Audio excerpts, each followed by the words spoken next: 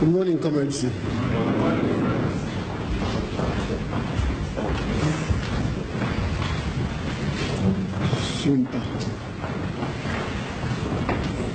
Shouldn't we sing that great hymn? That's right.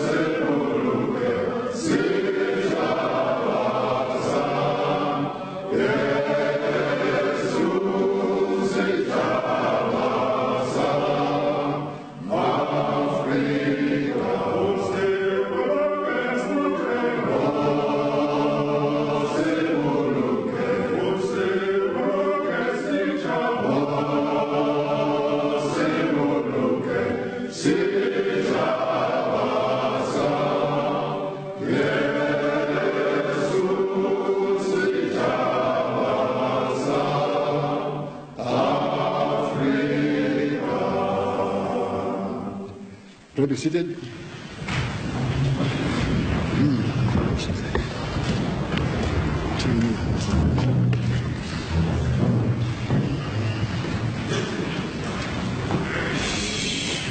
Shouldn't we really bring these two comrades in front here? In some chairs.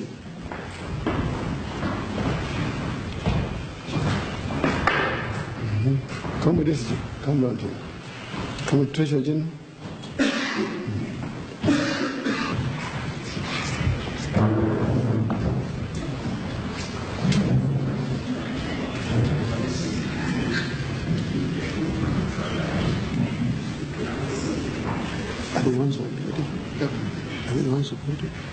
Yes, but yes. Comrades, Secretary General of the African National Congress, comrades of in the struggle from South Africa, my colleagues and I, in the leadership of the party's government in Zambia, take this opportunity to welcome you to Zambia. This is obviously an important get-together because as things stand now in South Africa, we in Zambia believe that these consultations between the African National Congress and various patriotic organizations within South Africa is of paramount importance. Any oppressor, any exploiter survives on divide and rule policy. If one who is arbitrarily in power can manage to divide the people he is exploiting, he certainly will not stop at anything to keep them divided. Your power, therefore, your strength, therefore, depends on this unity for which the African National Congress we know has always stood, for which your own organization we know has always stood. So you do us great honor by coming to Zambia to consult with the leadership of the African National Congress. Your country is going through a very, very difficult time. I said to Mr. de Klerk when I met him in Livingstone, one of our towns, that I believed he was a sincere man. I believed he was an honest man. But I did not know whether he was going to assess, analyze the problems of apartheid as the black man sees them and feels them. I did not know whether he was going to analyze the problems of apartheid as the colored man sees them. I did not know whether he was going to be able to analyze the problems of apartheid as this. Would he be able to prescribe the right prescription for medicine? That remains to be done. I did say also, so indeed he has allowed mass rallies. He has released some of our comrades from detention. He has said a number of institutions were now open to all races. A most welcome thing. But we know that doesn't solve the problem. Secretary General of the party, the Prime Minister, Head of the Government Administration, Secretary of State for Defense and Security. And my name is Kenneth Kaunda, President of the party.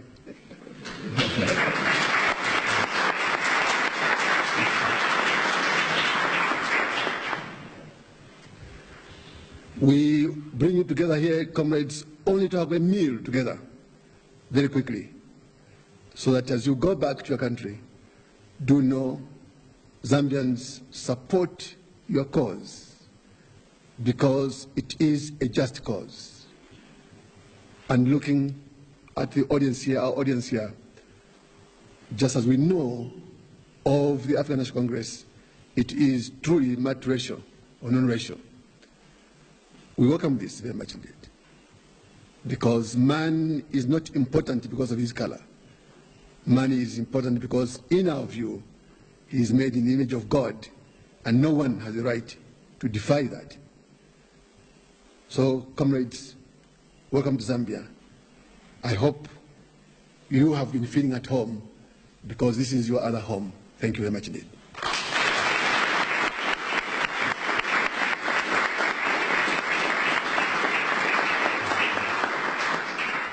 Former President, thank you very much for the kind words of welcome to our comrades and fellow countrymen who have been with us here for the past few hours, and many of which we spent trying to tackle the problems in our country. Now, we've started rather late, Comrade President, and we're not going to make a lengthy statement. But one of the comrades who's here with us here is Comrade Harry Gwala, a senior leader of our people. He was just been recently released from imprisonment. In fact, when they released him just now, he was already doing a second stint in prison. He had been there before, released, and of course, after release, he undertook his so-called terrorist activities again, and he went back. And when he got there this time, unfortunately, he was struck by some illness, which we've been trying to grapple with, which has affected the use of his arms. Mm-hmm. But it was felt that Comrade Harry Gwala should take the opportunity on behalf of our comrades from home, and of course all of us, to say a few words of appreciation for this opportunity to the President. The people that are here, Comrade President, are those who had received, our leaders who had recently released, who had organized that historic rally, and of course, in their own right, leaders of the various sectors of our democratic movement, Democratic Trade Union, United Democratic Front, the youth. I noticed that the youth leader has just come in. Maybe he overslept. And he must be criticized very badly for that. But we've got all these sectors that are here of our people who had come to share with us certain ideas. And of course, trying to find out how do we make our way through this maze as we move forward. If you, with your kind permission, Comrade President, we shall ask Comrade Harry Gwala to say a few words. Comrade President, members of the Central Committee, I feel very humbled to express our gratitude to you as President of Zambia and Chairman of the Frontline States. Our struggle in South Africa has made you pay a very high price. Your security is always violated. Your economy is heavily taxed. But despite all that, you have not decided to drive us out of your country. We do not consider you, Comrade President, and the Zambian people as our friends, but we take you as one of us in the struggle that continues in the continent of Africa, the struggle against colonialism and oppression. Despite these heavy odds against you, we have stood steadfastly on the side of the people of South Africa. As our acting president and general secretary has said, the people who have come over to your country represent the heart and the soul of the struggle back home. They are the pulse. They are the heartbeat of that struggle there.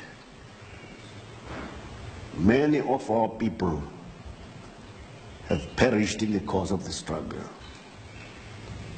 in detention, on the battlefield, in the townships, and in prison. But they have nothing to regret. We chose in 1961 to die on our feet than to live a perpetual life of slavery, living on our knees. This meant that we had to transform our struggle from petitions, supplications, and prayers to the rulers of South Africa into a determined action by the people. Our action back home is taking many forms, and one of those forms is the armed struggle.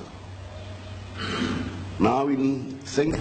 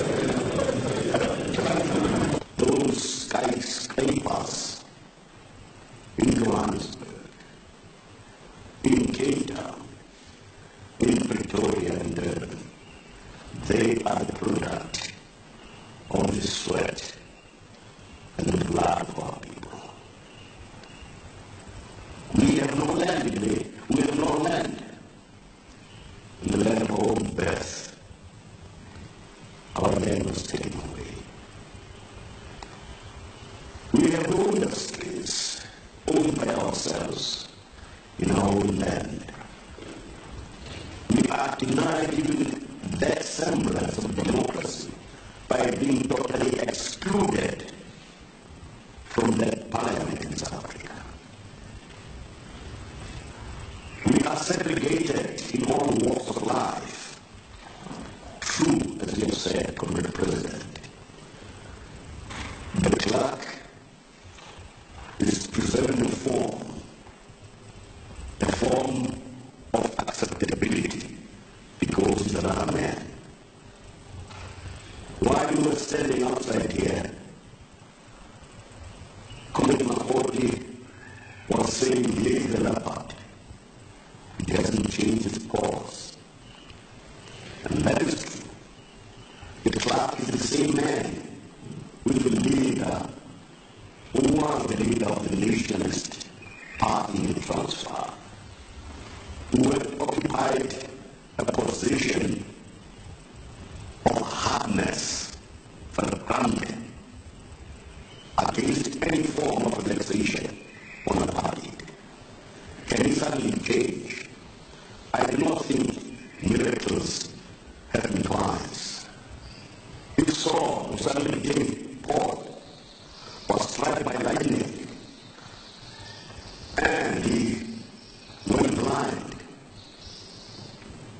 the clerk has gone blind on peripheral reforms and the intensification of the National Congress. They are challenging the African National Congress. This morning, organizations like INCAD are claiming a right of parity with the African National Congress. Other organizations will shut up the National Congress. But it is not the African National Congress that has got to decide that I'm the leader of the people of South Africa. It is the people of South Africa themselves who know